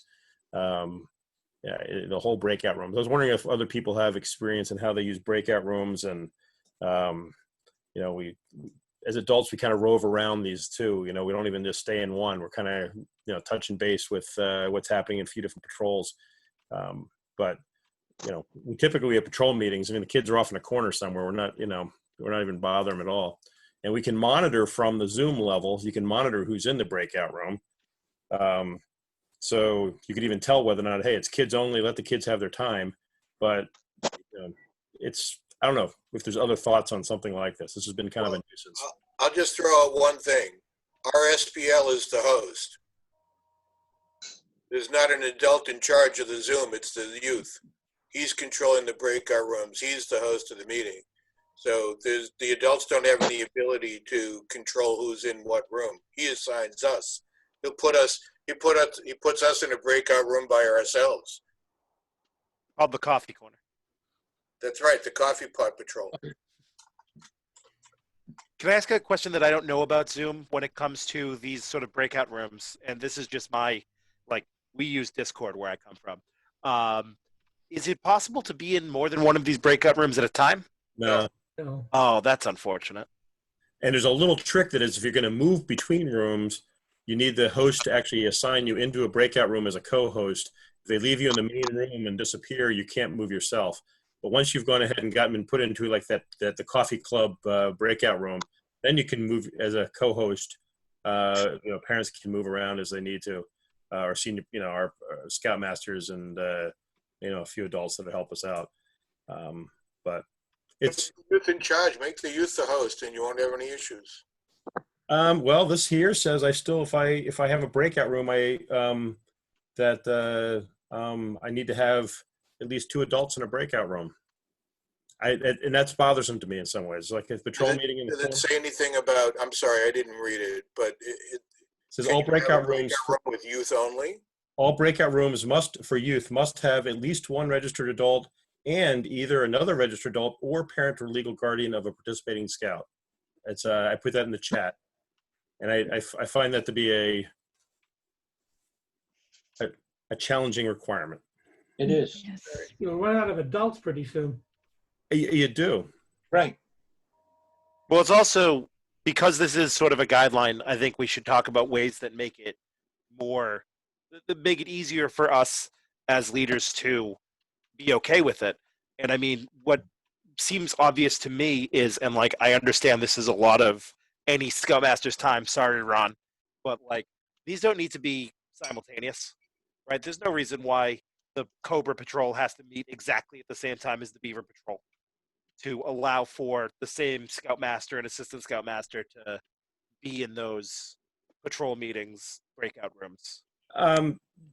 Yeah, I mean, we break out everybody at once in our Yeah. meeting, so you have the general troop-wide stuff, and so I hear you. You could move your troop activity to be totally patrol based, and then but then that just means that Scoutmaster and Assistant Scoutmaster are 5 nights in a row for 5 patrols, right? I mean, that's deadly. Yeah, that is a difficult ask. Yeah. But as is it a difficult ask to find 10 registered adults who want to be in these breakout rooms. Yeah. And I imagine different troops are going to find different solutions to those problems. Well, whenever I hear these things, my first reaction is, like, well, that's ridiculous. But then I think, why? What is it that they're trying to address? What's the risk? And I would imagine the risk here is youth on youth, bullying, abuse, or some sort of inappropriate behavior in a breakout room that adults can't supervise. But you can solve that problem more than one way, as opposed to only saying that you have to have an adult participant in the breakout room. You can require parents to supervise on the youth end of things. So they're not sitting in their room alone with the door closed. They have to have the door open or be in an open space, as opposed to stretching adults thin and adult leaders in a unit thin. I don't know. The regulations probably don't address that, or guidelines. They don't specifically address that. I think it's a little harder to enforce too, because you can't tell if somebody's in the room or. Well, there's no enforcement. Yeah. There's no enforcement, right? Yeah. Well, I'm talking about from a troop leader perspective. I can't tell whether or not there's an adult, 2 feet away or out in the backyard, right? Yeah. You would still need one registered adult at each patrol, even if you had a parent dragged into it. So these guidelines, yeah. Yeah. That's tough. Can a patrol meet by itself via Zoom without any adults? Not according to this, and that's that youth on youth, but concern. But yeah. It's My son is a patrol leader, and he's had some Zooms with scouts in his patrol who wanted to get some things done. And, so then it's like their parent has to be on and I have to be on, right? Because I'm the committee chair, I'm the registered adult and the other parent. But, that is sometimes the only way you can get some of these requirements done. Yeah.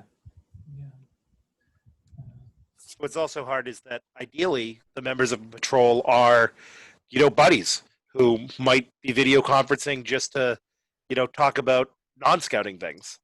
And that leads to this, perhaps a lax idea about what potential dangers could exist in a meeting like this. Yeah. One of the most difficult things about the youth protection rules as they're currently stated is clearly we are scout leaders 7 days a week, 24 hours a day, which really potentially leads to all sorts of crazy issues. I can remember when my boys, they would have one of their scout buddies come over to the house, and it's like, oh God, now what do we do? You go next door and you get Chuck. He's another registered leader, and now you got 2 deep leadership. Right. Well, it applies. I'm a soccer coach too. I have 2 girls from our troop that I coach. Okay. The extension of youth protection under that says that I need another registered adult at my soccer match or my soccer practice. It's like, really? I can have other coaches. I mean, that goes beyond what what our soccer association requires, which now finally has actually gotten to a point. They've actually implemented this past year additional, I would say, youth protectionist type guidelines that require, the second coach. But that didn't exist for years. So it's tricky. It is. For me, the tricky one for me was one of my scouts asked me to be his sponsor for confirmation. Had to go to several meetings with him and 50 other kids and adults, but I didn't have a second registered adult with me. I'll then throw in mandatory reporting for youth protection violations on top of that, right? Yeah. I mean, are we talking about where are the boundaries between scouting and non-scouting activities? Well, I think there are none. Not the way youth protection is set not up. the way, right. Now, I guess in my case, I was safe because the institutional head, the pastor of the church, was there. So registered. Was Father Barry a registered leader? He's the institutional head. Institutional So head. Yeah. I don't know that we had an application in for him.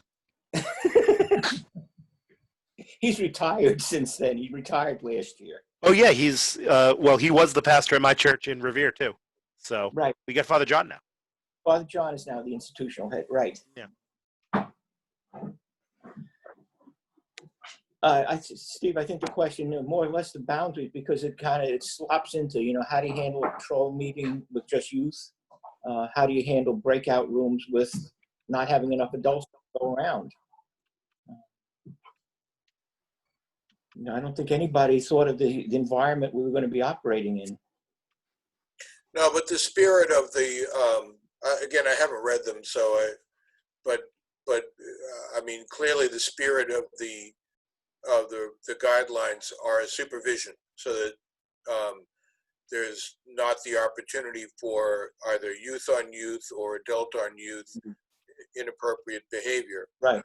How do you achieve supervision when you can't achieve supervision in the way that they state? And so if you're gonna, you'd have to engage the parents and have them on their end. And if somebody calls you on it, you can say, we had the parent there, and if you have a question about that, address it with the parent. Right. The parent was in the house. The parent knew the meeting was taking place. I communicated with the parent directly, and then, so, you just got to cover your bases. And I think that there's a lot, my perspective in these things that are unenforceable, right, are to operate within the spirit of the guideline, so to protect the kids, and right.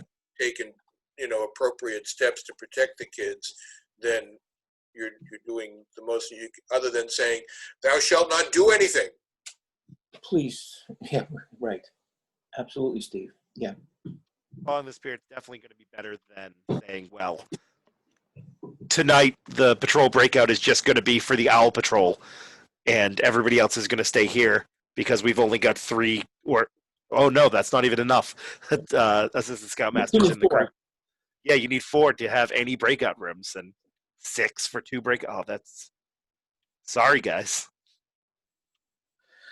Oh dear. The other thing we're running way over, if that's okay with everybody.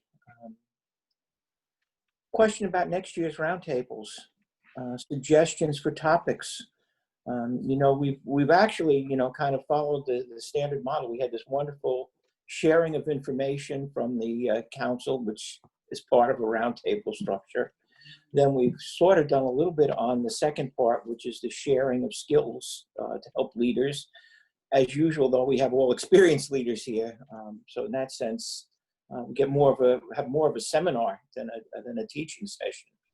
What can people please, over the next week or so, email me your suggestions? What topics would you like to see? Would you volunteer to present a special topic that is near and dear to you? So that we can come up with a calendar which we'll have available for you at the district kickoff, which is, John, June 25th? June 25th, right. 5th, the district kickoff. I'd like to have a calendar so that people will know what's available. And we're going to try, Joe's running the experiment tonight to see if we can make these roundtables available to people at times other than the second Thursday of the month. Again, that's one of the issues. People say, oh, I've got another meeting, I have to be somewhere else. Well, this is a way, if you could look up what had happened. Hey, I know. You got somewhere to go. I know.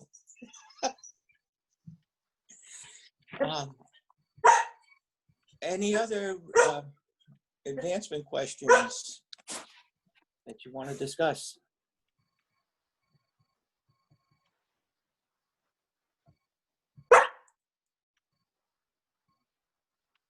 She's in Dog Scouts. Hey, Indy baby. The last point, John, do you want to talk about the July-August issue? What was that? July-August meetings. Yes, no, people's opinions. Yeah, we started with that about 2 hours ago. And response. And we didn't follow through. Do people want to have, well, do we want to have a roundtable, virtual roundtable in July? And a separate question, do you want to have one in August? Or do you want to have them both? If our kickoff is June 25th, I don't know that we need to do anything in August, but then we need to get ready for September and October. So we may have to use that time. But are people going to be available? All my summer trips have been canceled, so. Well, even if you were, it's all virtual. You can hop on from where you are. Right.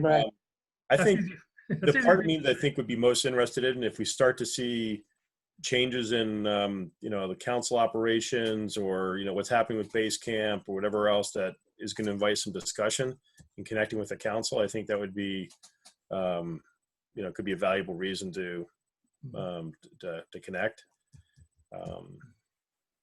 If nothing changes, then we don't really need to meet. If the council gets out the information to everyone, other than through a roundtable, then our bases are covered, but that isn't 100% guaranteed.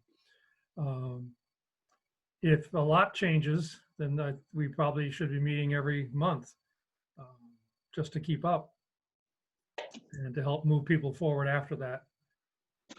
Does that sound right? Sound like what we may have to do and expect?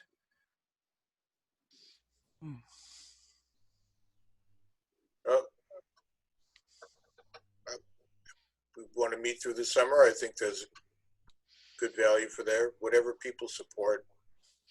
Yep, it's fine with me. I'd be happy to, send stuff around if that's valuable. Yeah. Steve, did you say through December? No, I said through the summer. Through the summer. Through the summer, okay. Because I'm concerned that we may not be able to meet in person until sometime next spring. And the units may not be able to meet until next spring as a complete unit. Smaller groups, smaller patrols, yeah. Even Cub Scouts, well, that's tougher. Well, I mean, we talked about this briefly at the beginning of the meeting, and Ron mentioned the idea that there's anecdotal evidence about more attendance, but that's really just us saying, hey, look, there's more of us here. And the challenge is to get those who are disconnected to participate, and that's going to take one-on-one interactions with people to build relationships. That's what'll bring people together and help define that's my opinion of what'll bring people together and define your agenda, what their needs are. So conversations with neighboring unit leaders to find out what's going on with them. If anybody knows of problem units, please notify me, and I'll make some outreach to try to engage them and help them connect the dots. I know that's what commissioners are there for too. So, I mean, that's what it all boils down to me, is about relationships and connection. Also, to circle back to Ron's point, like, people will come to the roundtable if they think there's value in the roundtable, and knowing what we're going to talk about is a way that, you know, maybe I'm not going to go to every roundtable as Scoutmaster of Troop 8 wherever, but this is something that's been a problem issue for us in the past, and maybe this one will be useful to me, and they can see that these sort of discussions are useful broadly, not just for what's specifically on the agenda. So make sure you get your ideas to Ron, because he'd really like them. Well, and the extension of that, Joe, is to invite topics from the whole district, not just from those of us on this, call. You know, people who are already here. Yeah, if we can put out a broad appeal to unit leaders to ask them what topics they need to cover, and I wouldn't even put it in the context of roundtable, right? Because that might have some connotation that they just tune out, because that seems to be where we're at these days. Is people sort of disconnect and tune out from the concept altogether. So if we're simply communicating and saying, hey, what sort of things do you need help with, period? What sort of things do you need help with? And then we can take that feedback, whatever we get, and make roundtable topics out of it. And when somebody says, oh, the roundtable agenda is dealing with the issue that I have, right? So we can free ourselves from the traditional sorts of scouting skill type roundtable topics, expand out into whatever things. I'm sure there'll be a lot of that, but there'll probably be other things about how to run my unit as well. Would it make sense to make maybe even a Google form kind of survey thing that John could send out as from the commissioners? Like, hey, what sort of unit services, where are your units areas of need? Because I know we haven't been doing a great job filing all that in commissioner tools or whatever, which would be useful. But just asking the Scoutmasters what, and committee members and what have you, what are your areas where, you think your troop needs the help, and we'll phrase that some diplomatic way. And then we can end up with some spreadsheet that says, hey, 85% say they're having a hard time recruiting new members. Let's make that September's, right? Let's make that the big one. Or August. Yeah, whenever, right? Whichever we expect to see most people. I would add to that. Ask units. What are your strengths as well? Definitely. But I think that one of the problems that we have, and myself and John and Ron, and I think Steve was involved in the conversation this week. I'm not sure if we even have a list of all the email addresses for all of our current leaders. It's June, and we can't get the information from the council from the charter renewal. So right there, that isn't really helping us. So we still have some issues with the council that I don't know, are we reaching everyone? Right there, that's a problem.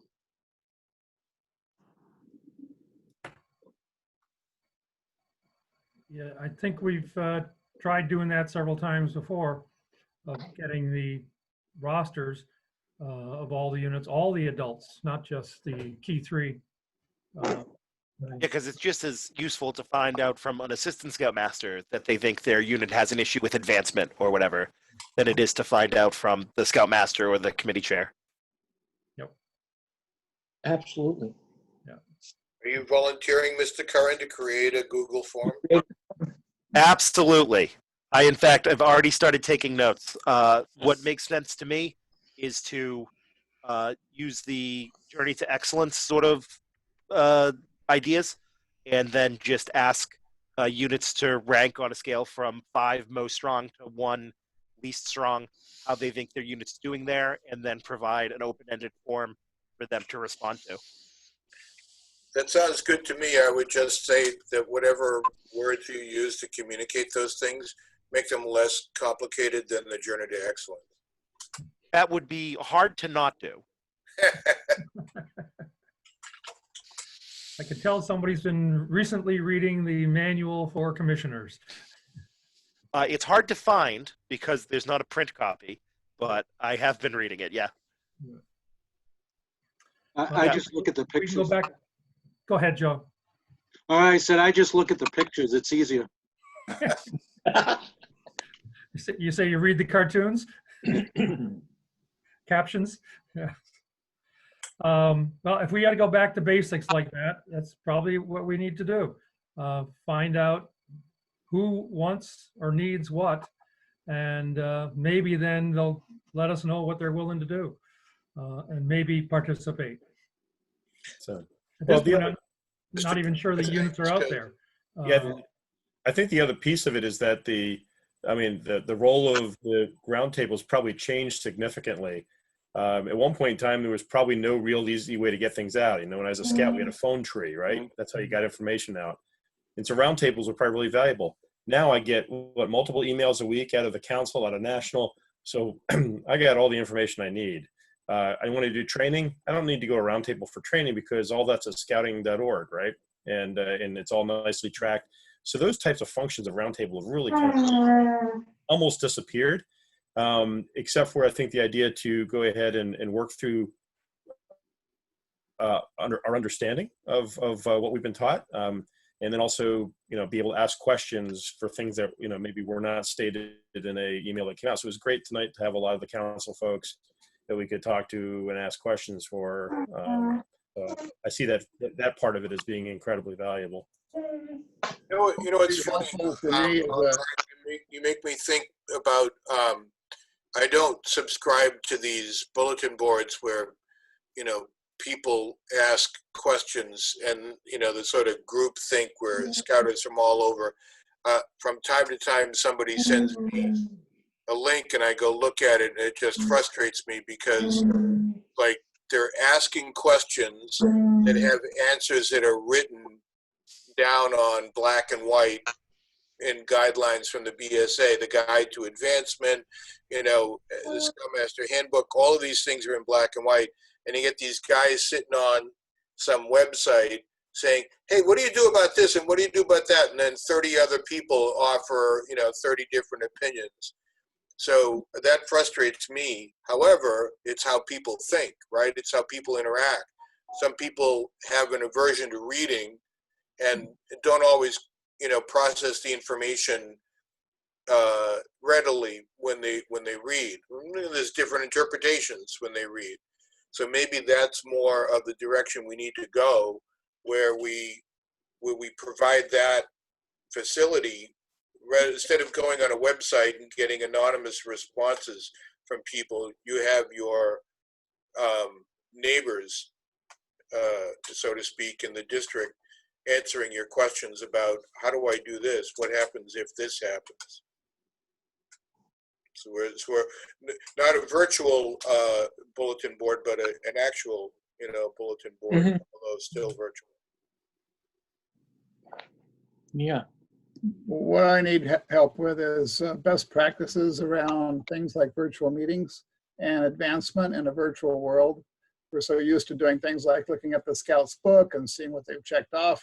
Now we're asking them to take a picture of your book and send it to us, or give us the numbers that you have of the requirements that you haven't done yet, so we can get a sense of how many people are working on this requirement, and we could do something in a meeting. So that's something that's not written anywhere because this whole virtual thing is new.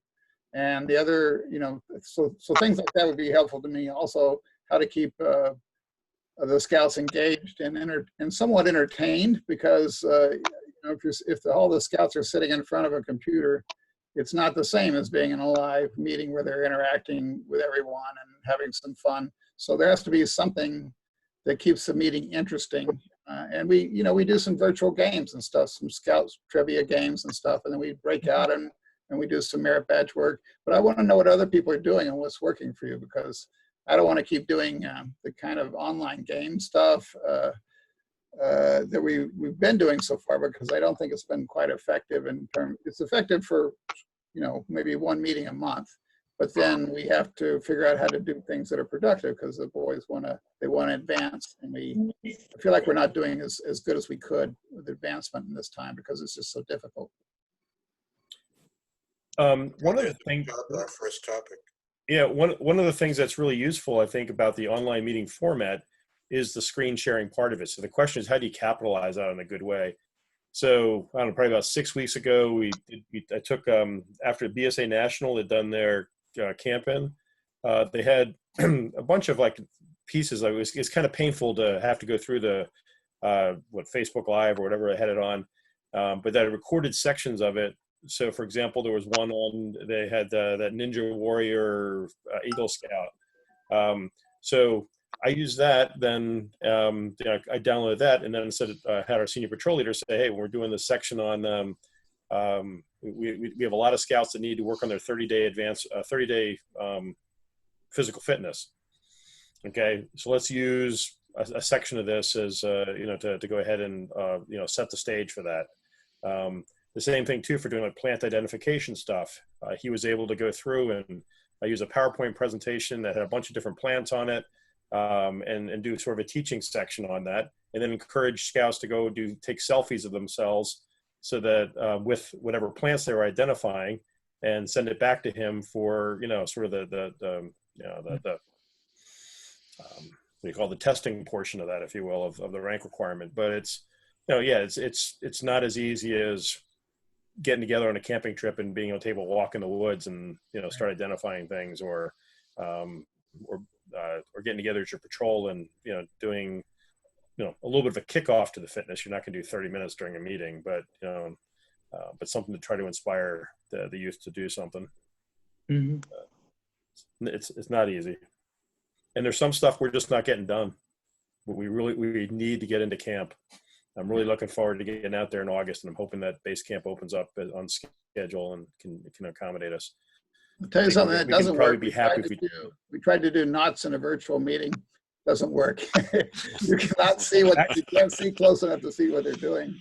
Well, actually, that's a perfect place to use videos. Right. Yeah. I can go online and find how to tie a square knot or any other knot on a video, and that shares it actually in a way that's it takes it away from the teaching side, I think, from the teacher, but the recipient of that then can learn a lot pretty well. Yeah, the problem was sort of testing it, seeing if we, show us the knot you just tied, and it's like, what is that? So, yeah, that's hard. Yeah. I think that it's also adds another layer to the PLC in planning for troop meetings. So, for example, if the PLC is planning on doing knots for the upcoming troop meeting, need to communicate that and make sure that, hey, all the scouts know, hey, we're going to do knots. So, oh, hey, make sure you have a length of rope or something so that you can participate. I've seen scouts on Zoom. They're trying to use their the cord from their earbuds to tie a square knot, because they don't have because it's suddenly, oh, we're doing knots. I don't have a piece of rope on me. So I think that adds a layer that troops need to get better in communicating, so scouts and parents can be better prepared. Right. Right. What do you need for the meeting? Yeah. Yep. Yeah. Yeah. With the two troops, we've had the two senior patrol leaders meeting with the two scoutmasters, and then also another registered female adult, and just trying to get them to the senior patrol leaders to go ahead, and one of the ASPLs also to actually spend an evening planning another evening. And so we've been getting together twice as often now. It used to be, you could kind of set it up at PLC, you're set for the month. The senior patrol leader can, kind of all the target first class, get his teachers together, you know, start working on requirements based on who needs things. But the fact that you have to sit down and say, okay, we, you know, downloaded a scout book, see who needs what requirements, what can we actually do during a meeting virtually. I think that raises, I think, to Jim's point there, is that extra level of planning. What do they need? And so it's what we found is that a lot of the scouts had not bothered reporting advancement. Exactly. So, you know, we were right at the beginning, we were selecting things. Oh, I already have that requirement. Okay, so our scout book is in a whole lot better shape than it was probably about 6 weeks ago or 8 weeks ago. 3 months.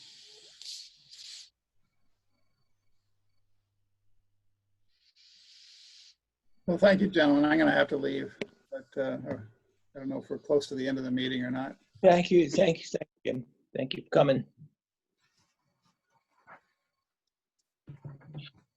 Okay. John, you have anything else? I was just looking at your agenda or attachment. The last one was send your ideas to you or me. So we can get any ideas, roundtable topics. If you look at the second page of the handout, there's some off-the-wall topics, not standard kind of skill instruction things. Yeah. Yep, some suggestions. And we did have the information that Henrik Bausch, you know who that is, Art, right? Yeah, Henrik Bogie is our other scoutmaster, rather. It's just pronounced Bogie? Bogie. Like, it's kind of like a bow and arrow. You think Yeah. about like that? No, It's a bogie. Maybe we can send these around too. Yeah, some very thoughtful responses to these issues of advancement. Yeah, virtual advancement. Yeah. So next meeting would then be 4 weeks from now. I think that's July 9th. Yeah. Yep, second Thursday is July 9. Okay. So we'll send out the invitations to all the units, as many people as we can get addresses for, email addresses for. And of course, the people who are here tonight, you can forward the invitation to people you know who might be interested. Steve said make direct connections, invite people to come along. Well, that is a bit of feedback for the, this time Joe sent out the email, I believe. And I think everybody was blind copied on that. Normally I've been able to just kind of take a look at what, you know, John has sent out, and I say, okay, you know, John pulled up that email list from, and that doesn't have a few people. And I will send it out to other people in our town, or like, oh, he's got everybody covered this time. So I did end up forwarding, Joe, I ended up forwarding your email to the folks in our troop that might attend and be interested. I did not reach out beyond to, sometimes I've done to the Cub packs and stuff. Maybe I should have, but so it's interesting for you to hear, Joe, that we don't have council email addresses. I don't know if John Pleva's here. I mean, what can we do to facilitate getting those that, you know, if we're already in June and perhaps don't have some key 3 email addresses? So I guess part of the challenge or issue is there's still a handful, larger than usual number of units that haven't chartered yet. So we don't even have those ones to share. I mean, I could certainly share with you guys, but I'll get it to John and Steve, what we currently have, but there's a good 8 to 10 units that still haven't finished their charters. So they're off the books, so we can give you what they had as of December, but not, if things have changed, we won't have those kind of updates. Yeah. But glad to share what we do have so far. Yeah. Anything is better than nothing, so, or got to be better than my 2017 listing of all members, adult members of units in our district. So I appreciate that, whatever you can get us. Sure thing. And We would appreciate any effort you could do to get those rechartered. Right. Yes. Say. Basically, they owed information Yeah. or money or applications. So, you all know, the above. please follow up with them. Yeah. Yeah, some of them I understand are just some, like the disclosure forms is the only thing that's missing. Yep. But the other ones are a lot worse. Yep. Some of them are a lot worse. And then some have dropped. So. hate to lose those people, especially the kids, but we do so much. Great. But we got 30 days until July 9th. So see what we can all get done in between then. And hopefully everybody stays safe and healthy and get to enjoy real summer, because I think it starts 10 days from today. I go with the Labor Day, Memorial Day. And actually it seems like summer started even earlier. So hope to see all of you in 4 weeks. And some of us will be talking, if not meeting, one-on-one with a mask. We'll see what we can get done. So again, thank you all for participating. And thanks, John. Still I'm not sure whether we're going to do it in August, but I guess we'll decide that in July. So. Sounds good. Okay. Hey. Take care. Thank you, Joe, for hosting. Thank you, Joe. No problem. Have a good night. Good night. Take care.